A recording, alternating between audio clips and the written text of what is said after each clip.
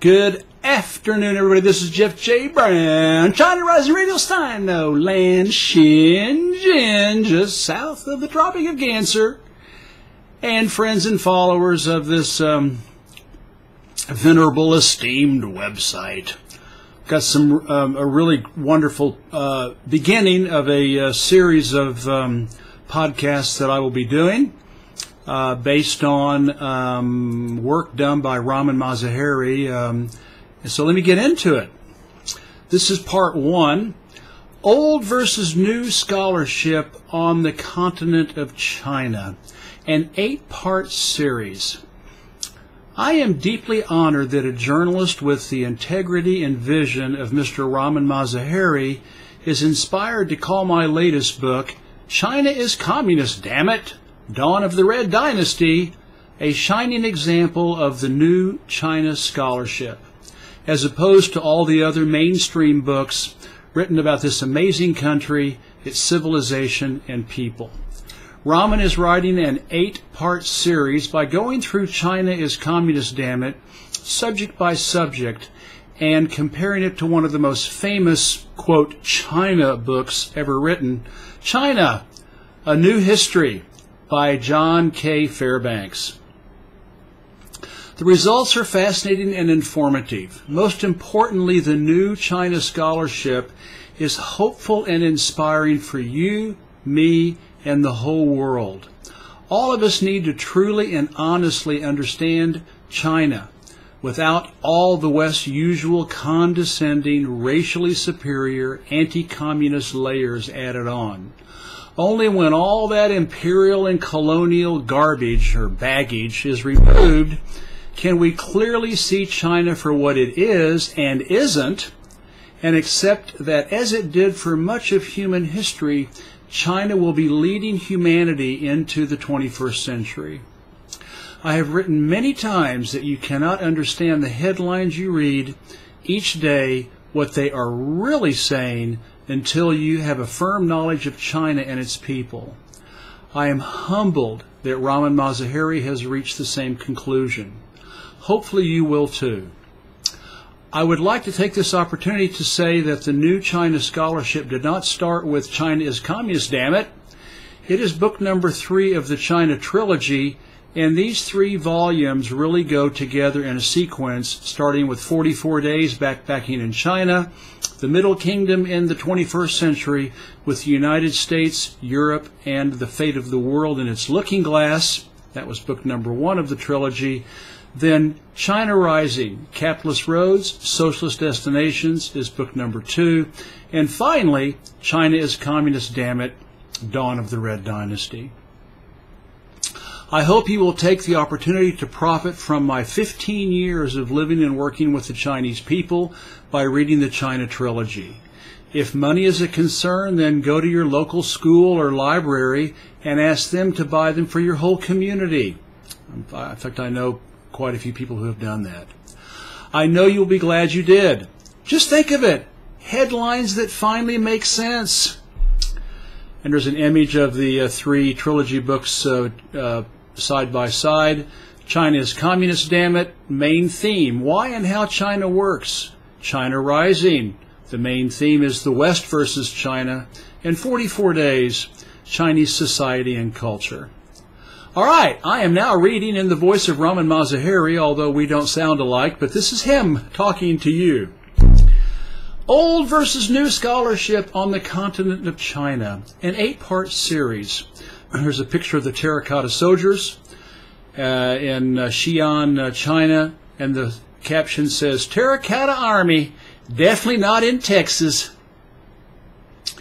Europe is a continent, and China is not only because the winners write the history books. There is no scientific reason Europe is a continent. Europe is not a separate landmass, nor does it even sit on its own tectonic plate. We may as well call Canada a continent.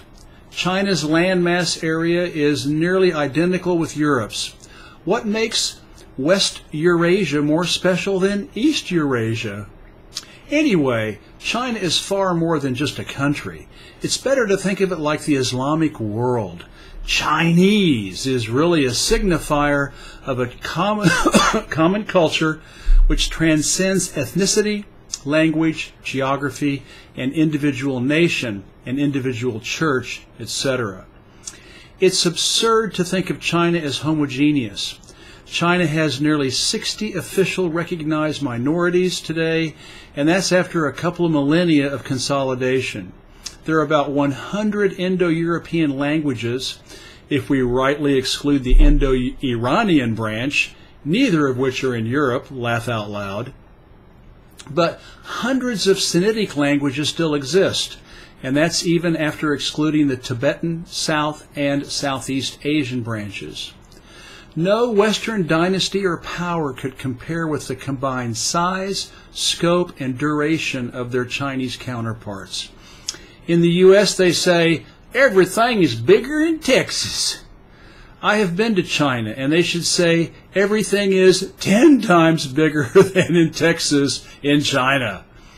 Stand before the terracotta warriors at Xi'an, and you'll see what I mean.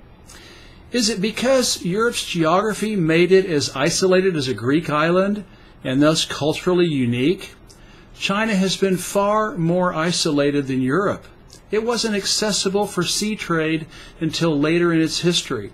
Most Chinese lived in only the northern plains until 1000 AD, and there wasn't sustained, firmly intellectual contact with non-Chinese until the 7th century. In parentheses, read Pepe Escobar's fun, culturally sprawling book 2030, which includes fascinating historical information about Xuanzang, who served the same, quote, east-west, end of quote, uniter role that Escobar does today, thankfully, end of parenthesis. Anyway, I think Europe as an idea is bogus. It's all about Mediterranean versus non-Mediterranean, Northern European culture, and that was certainly their own view for many, many centuries. Who is arrogant? Who is defensive? Who is right? The arrogance of the West that they believe they have the best system. The arrogance of the Chinese is that they believe they are the best people. The arrogance of the Iranians is that they believe they are the best martyrs when they are really just the best at believing that everyone else is the worst martyr. I would say the Chinese are closer to their goal than the West because there's absolutely no doubt in 2018 that the West European system, bourgeois capitalism, is not the best. Even Westerners are revolting in white trash revolutions across the bloc. The Chinese have always had an apparent disinterest in the rest of the world, and that seems to imply an arrogant self-glorification. But they have some grounds for their belief. Their millennia-old meritocracy, the civil service examination, made public service the highest good, was open to all, but tapped only a few. It's a bit intimidating to think that one must compete with 1,500 years of cumulative efforts of their best and brightest, no? Also, their Neo-Confucian hierarchy of scholar, farmer, tradesman, merchant, and soldier is such a high-minded inverse of the Western view that one surely does a double take when learning about it for the first time. China shows that such a system is actually feasible. And it's especially hard to counter the arrogance of China in 2018, as they are the world's most successful socialist country ever, and also the most successful country today in a host of key areas. Perhaps it is because I hail from a humble, small, self-denying people who only live to serve God and His children with good works. I'm such a good martyr that I have no sour grapes for China's apparent victory over the West. Anyway, since 1979, Iran is, I am extremely proud to say, neither East nor West. Bad martyr, so arrogant. White trash conundrum? Where do humble people learn when no learning is available? The problem is, since 1949, it has been virtually impossible to find any English language studies of China which did not primarily exist to elevate the West over China. All the West has or wants when it comes to China analysts is either an alarmist or a denier. So from academia to journalism, except for leftist studies and books, prior to the internet, you had no chance to find honest reporting on China or from China. The average Westerner knows seemingly nothing of Chinese history other than the idea of an imperial emperor and a farmer in a huge bamboo hat. And China is a continent. Ignorance is dangerous. Even if the West wanted to defeat China, and Obama's failed pivot to China shows that they could not, because they do not even know their enemy. Such ignorance has already led them to catastrophic bloodletting in Indochina and Korea and Afghanistan, Iran, and elsewhere. The alternative to scholarship which exists to elevate the West over China is a scholarship which sympathetically tries to understand China on its own terms and merits. Thankfully for those who want to learn about China, in 2018 we finally have an option. How does one become a doyen on China? You don't get honest, damn it! This is the first of an 8-part series which compares the West's old scholarship on China with the new scholarship which it just can't suppress anymore. Being interested in China, many years ago I asked a professor friend in academia who taught Chinese history for a top comprehensive history on that little hamlet. He suggested China, A New History by John King Fairbanks, 2nd edition, 2006. I can see why this is a standard university-level textbook. It ticks all the establishment boxes. Fairbanks was educated at Exeter and Oxford, became Harvard's first ever China scholar, was known as the West's doyen on China, end of quote. And this book was his masterwork, which killed him. He died of a heart attack the day he submitted it to his publisher. My condolences, but while it may be fine on the bone oracles of the Shan dynasty, it is rather pure junk when it comes to dealing with modern China. But I figured that going in. I did not expect anything but a rabid fear of Red China, the casual arrogance that the Western model is superior, and a total glossing over of both communist China's successes and the West's crimes in China. I wanted the academic viewpoint because I didn't expect much from Western journalists, who I know already genuflect at the altar of the Fairbanks types, dead or alive. If you do look to journalists, the only comprehensive history on China, which is ranked more popular, just slightly, on Amazon than Fairbanks' academic work is John Kay's China, A History. Kay is a longtime reporter for The Economist, which is as editorially sympathetic to Red China as is the CIA, or as is Harvard's establishment. Clearly, selecting Fairbanks as a standard bearer for Western scholarship on China is fair and appropriate for a series such as this one. On the other side, open-minded readers finally have a new, better, accurate resource, or that's in the plural, finally have new, better, accurate resources, but it is best exemplified by Jeff J. Brown's truly indispensable China is Communist, damn it, 2017. Brown comes from two fundamentally different places than Fairbanks, the outside and the inside. Brown is not trying to join the establishment, apparently feels no responsibility to unquestionably uphold it, and thus has all the editorial control of an outsider. Brown is also living inside China, and it seems fair to assume that he has to actually be sympathetic and understanding of those around him in order to avoid repeated bouts of culture shock and homesickness. People will say that Brown's title shows his bias, and I see nothing wrong with that accusation, nor the title itself. Quote, objective journalism, end of quote, is equal parts goal and myth. One person's freedom fighter is another person's terrorist. And I learned that on the very first day of journalism school. I actually object to Fairbanks' title far more. It should have been China, a rewritten history, because it certainly is not the history the Chinese know and believe. It's the Chinese history the West wants to believe.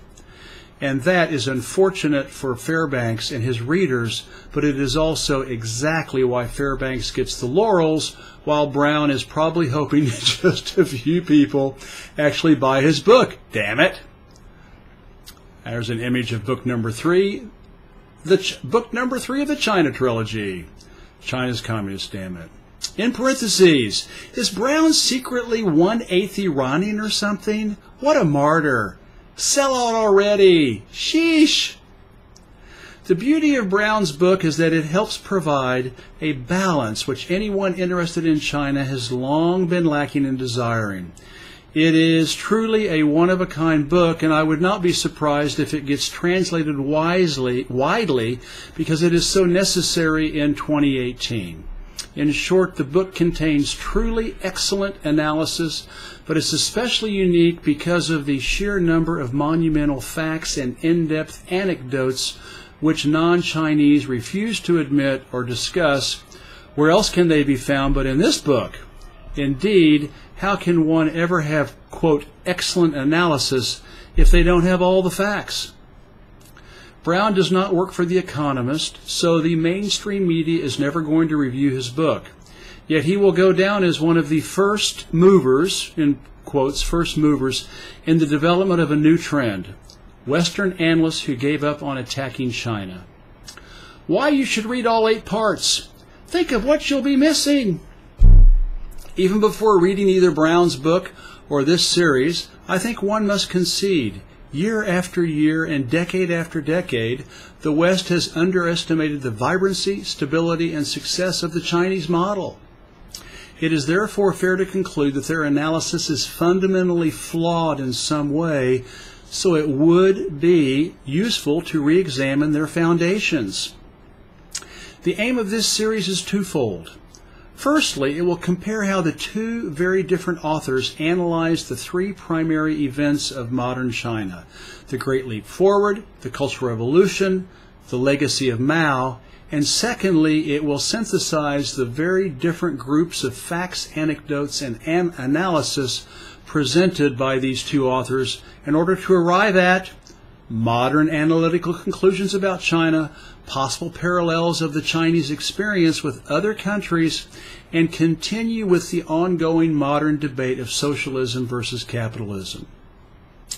In short, by holding up the old and new scholarship on China, one can see which is accurate and which is not, and why. By unlearning bad scholarship on China and learning new, good scholarship on China, we can confidently move forward towards greater global understanding. China is daunting. After all, how can the West understand a China which has been culturally anti-capitalist since 49 BC? True, modern, unbiased understanding of any continent is a major task, but quite an edifying one. And there's a picture of China Rising, Capitalist Road, Socialist Destinations. The book cover was the second volume to examine China's society comprehensively.